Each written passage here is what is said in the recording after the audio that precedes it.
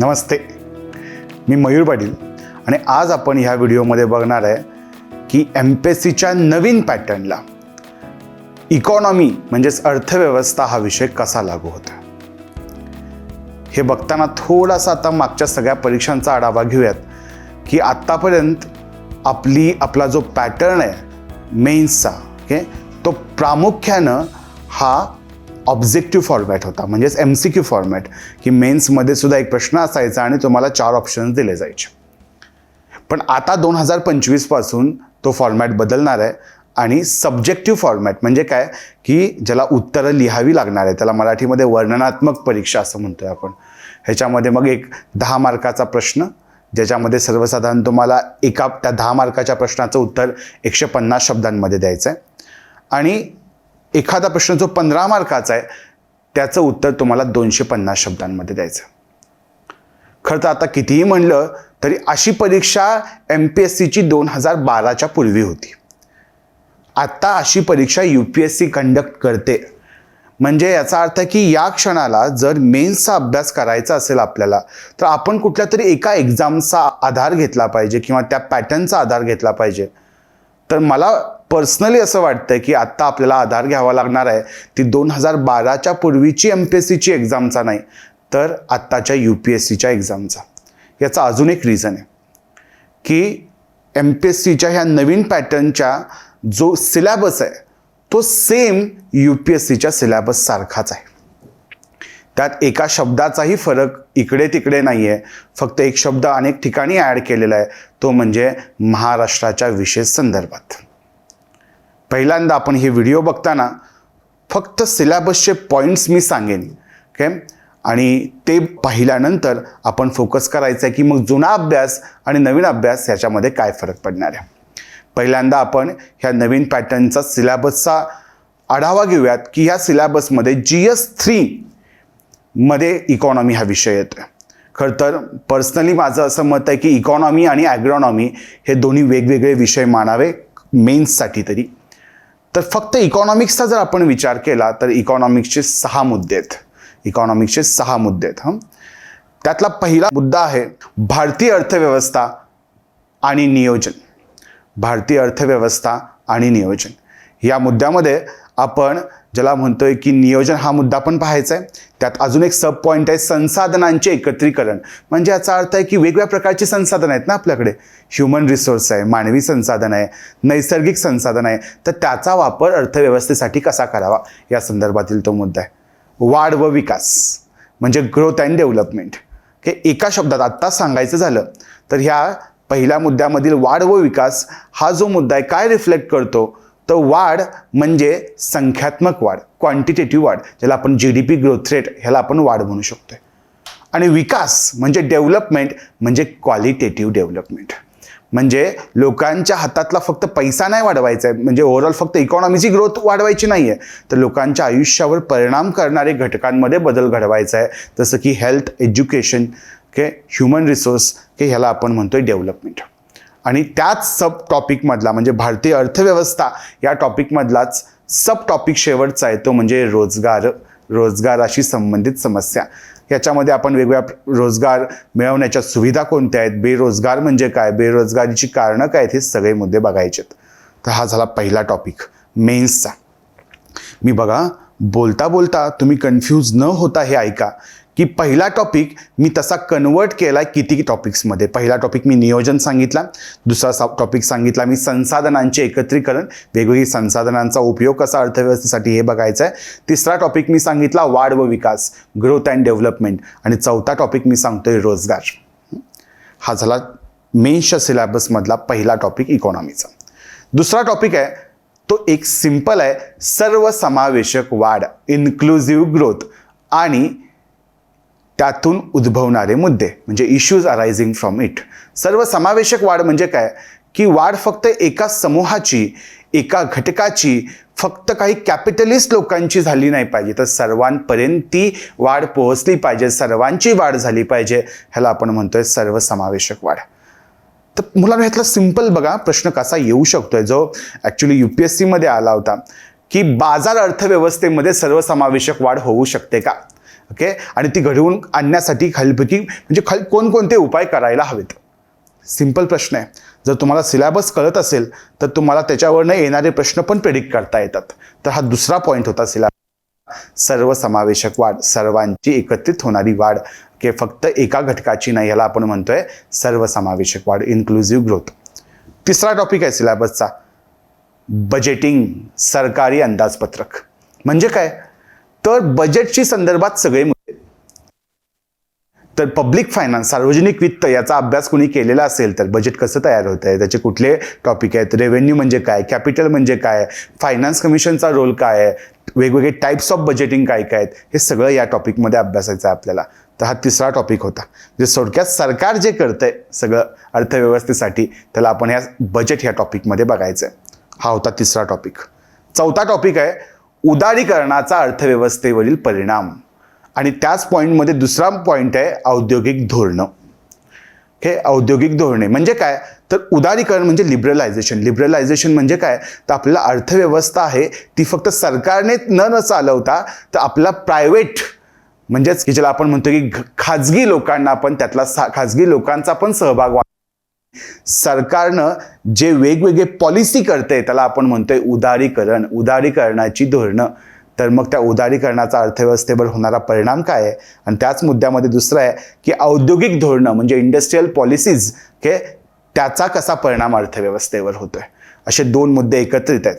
पाचवा टॉपिक आहे इन्फ्रास्ट्रक्चर. ह्याच्यामध्ये तुम्हालाच कळतं इन्फ्रास्ट्रक्चर म्हणल्या ऊर्जा आहे म्हणजे एनर्जी, ओके, बंदरे, रोड्स, रस्ते, एअरपोर्ट्स, रेल्वेज, आता नवीन ह्याच्यामध्ये इनलँड वॉटरवेज. खरं तर सिलेबसमध्ये ह्याच 5 मुद्द्यांचा उल्लेख आहे, ऊर्जा, बंदरे, रस्ते, विमानतळ आणि रेल्वे. पण याबरोबर तुमच्या लक्षात यायला पाहिजे की आता नवीन काळामध्ये इन्फ्रास्ट्रक्चरमध्ये वॉटरवेज पण आहेत.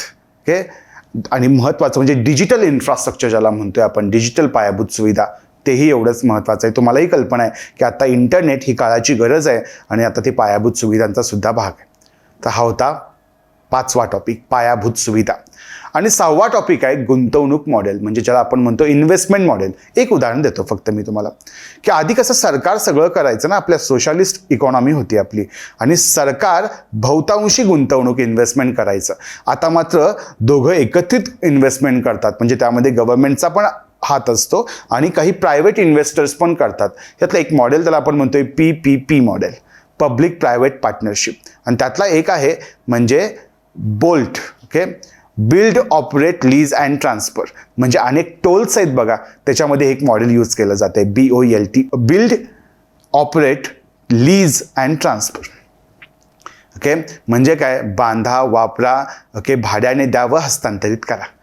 सिंपल आहे. तर अशा अनेक मॉडेल्स आपल्याला या शेवटच्या ह्याच्यामध्ये गुंतवणूक मॉडेलमध्ये बघायचे आहेत. खरं तर ह्यात मी तुम्हाला मेन्सचा सिलेबस सांगितला बरं का रे. लक्षात घ्या की हे त्यांना वाटतंय सोपं की अरे एवढं आहे, एवढं करून टाकू आपण, असं नाही आहे. बजेटिंगची एक एक संकल्पना कळायला, किंवा तो इन्क्लुझिव्ह ग्रोथ टॉपिक होता बघा, तो समजायला. म्हणजे इन्क्लुझिव्ह ग्रोथ काय एका वेळेने होत नाही की फक्त गव्हर्नमेंट करतंय म्हणून इन्क्लुझिव्ह ग्रोथ होत नाही. तर आपण मूळची इकॉनॉमी, आता मी मूळचा मुद्दा काय सांगतोय ते लक्षात घ्या की इकॉनॉमीचा सगळा अभ्यास करायला आधी इकॉनॉमीचं बेसिक्स खूप चांगलं असावं. म्हणजे ह्यातला प्रत्येक मुद्द्यावर तुम्हाला काहीतरी लिहायचं आहे, किंवा एखादी न्यूजपेपरमध्ये एखादं एडिटोरियल आहे आणि त्यामध्ये तुम्हाला काहीतरी लिहायचं आहे, तर तुम्हाला काही मेन 5 टॉपिक जे मी सांगतोय मला वाटते की ते कोर आहे इकॉनॉमीचा. कुठले 5 टॉपिक्स, ज्याला आपण म्हणतोय राष्ट्रीय उत्पन्न, म्हणजे GDP, GNP, GNI, purchasing power parity काय आहे हे ह्या नॅशनल इन्कम या टॉपिकमधनं कळतंय.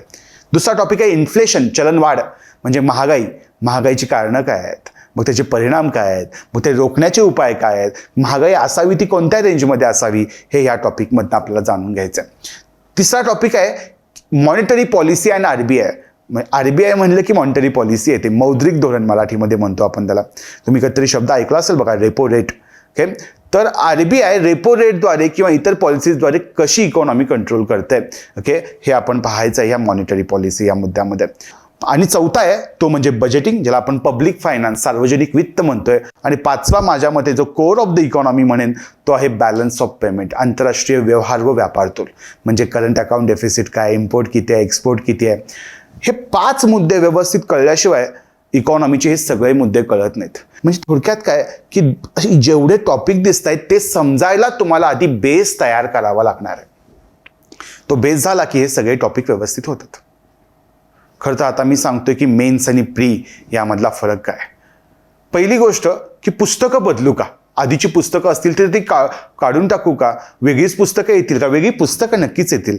आपण स्वतः चाणक्य मंडळ सुद्धा एका पुस्तकावर काम करते. पण तुम्ही एक लक्षात घ्यायचं आहे हा महत्त्वाचा मुद्दा की पुस्तकं बदलून अभ्यास बदलणार नाही आहे. तुम्ही तुमचं काम आहे की हे जे मेन्सचे मुद्दे सगळ्यांना दिसत आहेत त्या प्रत्येक मुद्द्यावर तुमच्या स्वतःच्या अशा नोट्स झाल्या पाहिजेत. हा तुमचा प्रायमरी मुद्दा पाहिजे. पण ते नोट्स होणं हे नंतरचं काम आहे. पहिलं काम आहे की तुमचे काही विषय, काही टॉपिक्स व्यवस्थित झाले पाहिजेत. त्यातले 5 टॉपिक्स मी तुम्हाला सांगितले. ओके, इतर टॉपिक्स मी अशा अनेक यूट्यूबवर व्हिडिओज आहेत त्यातही बघा.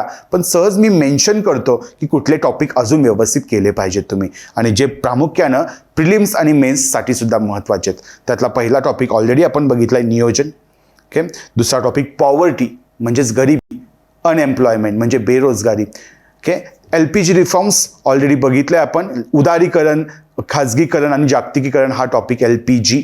ओके, त्यानंतर वेगवेगळ्या इंटरनॅशनल ऑर्गनायझेशन्स म्हणजे आंतरराष्ट्रीय संस्था, इकॉनॉमिक्सची संदर्भात आंतरराष्ट्रीय संस्था म्हणजे प्रामुख्यानं IMF, world bank, okay, WTO ह्या व्यवस्थित करायच्यात. मी अनेक वेळेला म्हणतो की हमखास प्रश्न येणारा प्रश्न आहे तो म्हणजे सोशिओ इकॉनॉमिक इंडिकेटर्स.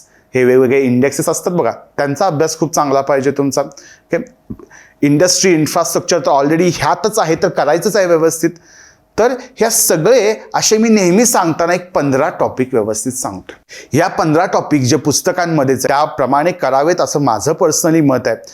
ते एकदा झाले की मग मात्र आपण फोकस करायचं आहे की मेन्सच्या वेगळ्या नोट्स काढायच्या. मेन्सच्या वेगळ्या नोट्स का काढायच्या, तर माझं मत आहे की सगळं नाही राहत.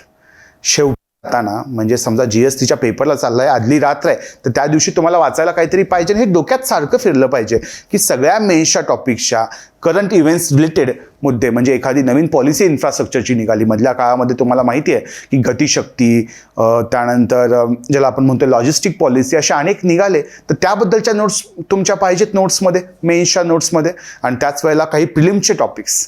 आता आपली हर्टबीट बॅच चालू होतीये, कळतंय. त्यावेळेला तुम्ही अभ्यास करताना हे लक्षात घ्यायचं आहे की प्रिलिम्समधले काही हाय इंटेन्सिटी टॉपिक्स आहेत, म्हणजे त्याच्यावर प्रश्न येतातच येतात. जसं की दारिद्र्य, हमखास प्रश्न येतो. राष्ट्रीय उत्पन्न किंवा चलनवाढ या दोघांपैकी एकावर हमखास प्रश्न येतोय. ओके, प्लॅनिंगवर, सोशिओ इकॉनॉमिक इंडिकेटर्सवर हमखास प्रश्न येणारच येणार. तर माझं मत आहे ते व्यवस्थित करायचेत आपल्याला. ओव्हरऑल हे सगळं बोलताना स्ट्रॅटेजी काय मुलांनो, पुस्तक बदलून अभ्यास चांगला नाही होणार आहे. ते पहिला एक कन्सेप्ट क्लिअर करायचे आहेत, सगळ्या टॉपिकच्या आधी शिकून घ्यायचं आहे. मग त्याच्यावर आधारित PYQचा अभ्यास करायचा आहे मेन्सच्या, आणि त्याच्यावर तुमच्या मेन्सच्या नोट बनवून घ्यायच्यात. ओके, तर जे 25ची परीक्षा देणार आहेत तर तुमच्या डिसेंबरपर्यंतच तुमच्या मेन्सच्या नोट्स बनलेल्या पाहिजेत. आणि मग जानेवारीच्या पुढं काही अशा टॉपिक्सवर भर द्यायचा आहे जे आता मी मेन्शन केले, ज्याचा प्रिलिम्समध्ये जास्ती महत्त्व आहे. पण त्याच्या आधी इकॉनॉमिक्सचा अभ्यास असा तुकड्यात तुकड्यात करण्यापेक्षा आधी मस्त सगळ्या कन्सेप्ट लक्षात घेणं आणि त्याच्यावर आधारित मग मेन्सच्या काही टॉपिक्सचा वेगळा अभ्यास करणं, त्याच्या नोट्स बनवणं, आणि प्रिलिमच्या काही महत्त्वाच्या टॉपिक्सवर वेगळं महत्त्व देणं आणि MCQजवर भर देणं, हे त्यातलं उत्तर आहे. अभ्यास वेगळा करू नका. प्रिलिम्सला MCQजवर भर द्या आणि इकडे जे दिलेत त्या टॉपिक्सवर आन्सर रायटिंगवर भर द्या. अजून एक गोष्ट, इकॉनॉमीचा अभ्यास करताना करंट अफेअर्सला किती महत्त्व आहे, खूप महत्त्व आहे. पण ते करंट अफेअर्स कळण्यासाठी, म्हणजे समजा RBIनं रेपो रेट कमी केले, वाढवले, का केले हे कळण्यासाठी तुम्हाला आधी इन्फ्लेशन आणि मॉनिटरी पॉलिसी दोन्ही टॉपिक चांगले कळणं गरजेचं आहे. आणि मग तुम्ही त्याच्यावरचं उत्तर लिहू शकताय. म्हणून म्हणतोय मी तुम्हाला की पहिली गोष्ट की करंट अफेअर्सला महत्त्व आहे. तुम्ही न्यूजपेपर व्यवस्थित फॉलो केलाच पाहिजे इकॉनॉमिक्स कळण्यासाठी, आणि त्याच्या आधी बेस चांगला करा आणि त्याच्यावर आधारित मेन्स, त्याच्या नोट्स, आणि प्रिलिम्स त्याच्यावर आधारित किमान 1000 MCQs. ओके, हे आपलं ध्येय पाहिजे. मी तुम्हाला खात्री देतो की सर्वसाधारणपणे इकॉनॉमीचं 50 मार्काचे प्रश्न येतात. 10 मार्काचे 2 आणि 15 मार्काचे 2 मेन्समध्ये. तर तुम्हाला त्यामध्ये चांगले मार्क पडलेच पाहिजेत. आणि प्रिलिम्समध्ये 15 प्रश्न येतात, प्रत्येकी 2 मार्काचे, असे 30 मार्क. माझं मत आहे की त्यात किमान तुम्हाला जवळपास 24 ते 26 म्हणजे 12 ते 13 प्रश्न तुमचे बरोबर आलेच पाहिजेत. शक्य आहे का? शक्य आहे. पहिली गोष्ट, इकॉनॉमीची भीती मनातून घालवा. ओके, मस्त एन्जॉय करा. एकदा बेस क्लिअर झाला की काही करता येतं. Okay, all the best. भेटत राहूयात. ओके, तुम्हाला काही इकॉनॉमीबद्दल डाऊट असतील तर ह्या व्हिडिओच्या खाली कमेंट करा. Okay, thank you.